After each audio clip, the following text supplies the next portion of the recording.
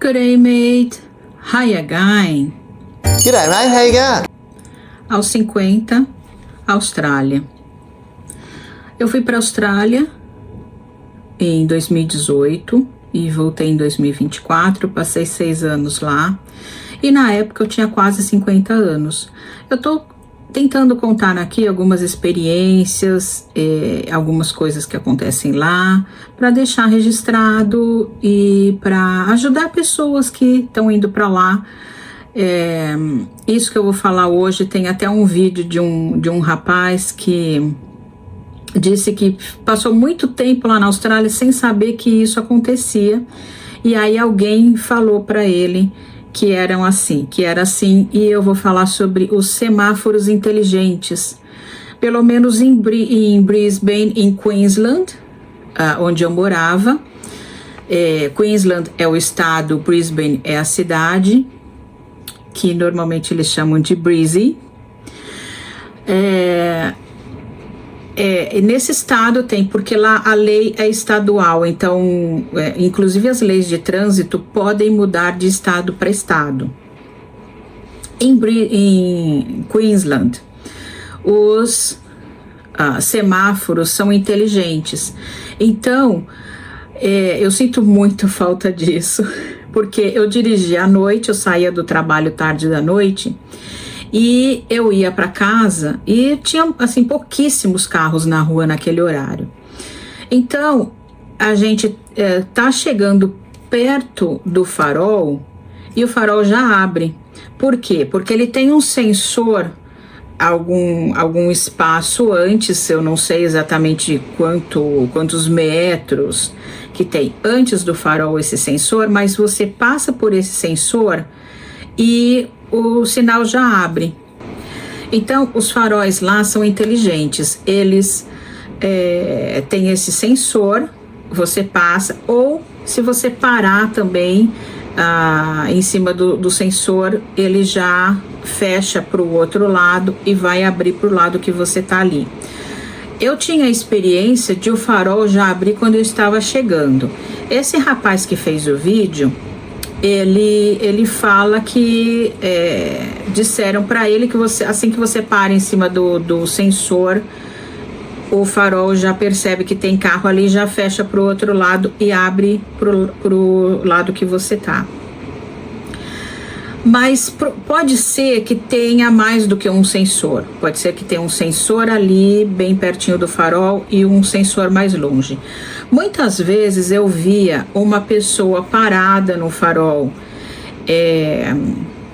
que estava fechado para ela, eu estava me aproximando e essa pessoa estava dando, sabe, quando você dá aquelas aceleradinhas, para dar uma movimentadinha no carro, talvez para acionar, essa pessoa estava tentando acionar o sensor e já estava bem próximo da faixa de pedestres e tal, então provavelmente realmente tem um sensor ali, mas eu acredito que tenha sensor também bem antes disso, porque quando eu vim à noite do trabalho, eu percebia que eu estava me aproximando, eu estava meio longe do farol ainda, estava me aproximando e o farol já fechava para o outro lado e logo abria para mim. Muitas vezes eu nem precisava parar, já passava direto. Eu acho que isso depende também muito se você está numa avenida, se você está numa rua de muito movimento ou se você está numa rua de pouco movimento e tal. Pues resulta que los semáforos acá en Australia poseen sensores en el piso, o lo que llaman bobinas de detección de tierra en bucle.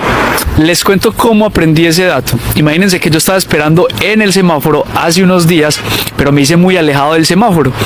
Y entonces, al esperar ahí en el semáforo, no cambiaba y no cambiaba. Cuando alguien se aproximó a mí y me dijo: mire, es que si usted quiere que el semáforo cambie, tiene que pararse encima de los sensores. Si usted no se para encima de los sensores, ellos no van a cambiar. Y efectivamente me paro encima del sensor y el semáforo cambia.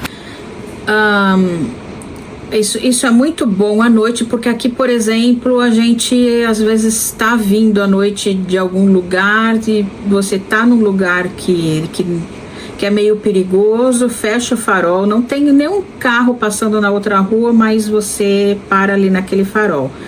eu acho que tem uma legislação aqui que permite, a partir de um certo horário, aqui em São Paulo pelo menos, a partir de um certo horário você passar por farol vermelho, mas eu também nunca fui atrás disso, não sei exatamente como isso funciona, e também não saio muito tarde na rua. Depois que eu voltei da Austrália, eu não dirigi muito tarde da noite na rua, não.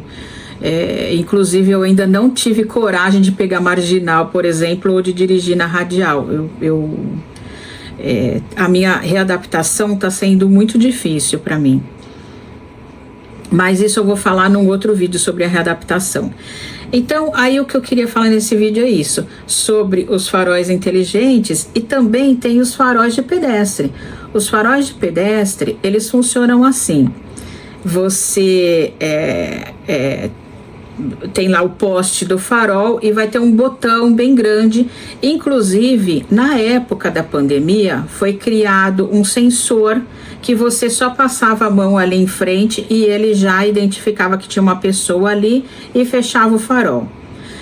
Mas antes da pandemia, era um botão bem grande, você vai lá, aperta o botão e logo já dá amarelo, já dá vermelho, fecha. A preferência é para o pedestre.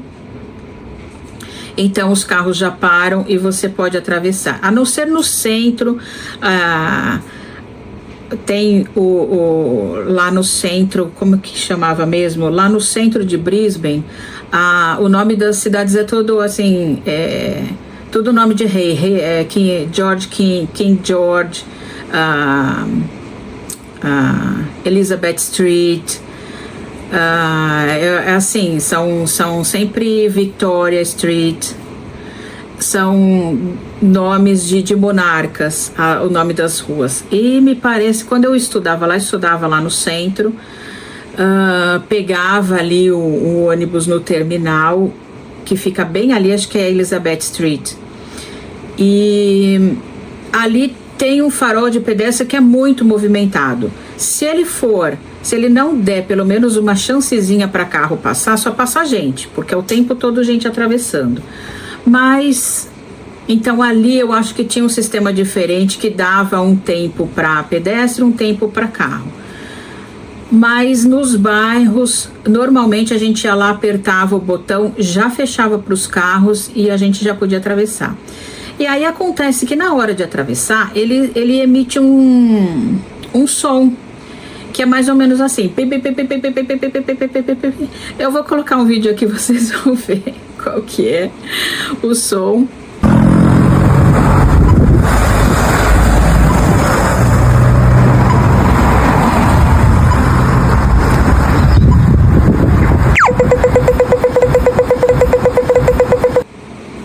E tem uma história que eu estava lá há pouco tempo, eu já estava familiarizada com esse negócio do farol, com esse som do farol, mas é assim, eu não sou muito boa em, como é que eu vou falar, em localização, em direcionamento. Se eu tenho que pensar onde eu estou e para onde eu vou, é uma coisa. Eu acho que hoje em dia eu tenho usado muito o Google Maps, e o Google Maps me deixou meio preguiçosa com esse negócio de localização, porque eu só olho ali e sei para onde que eu tenho que ir, até andando a pé e tal. Quando não existia isso, a gente tinha que ter um senso de localização. Mas agora que eu estou usando, eu acho que eu sinto que o meu senso de localização ficou bem pior.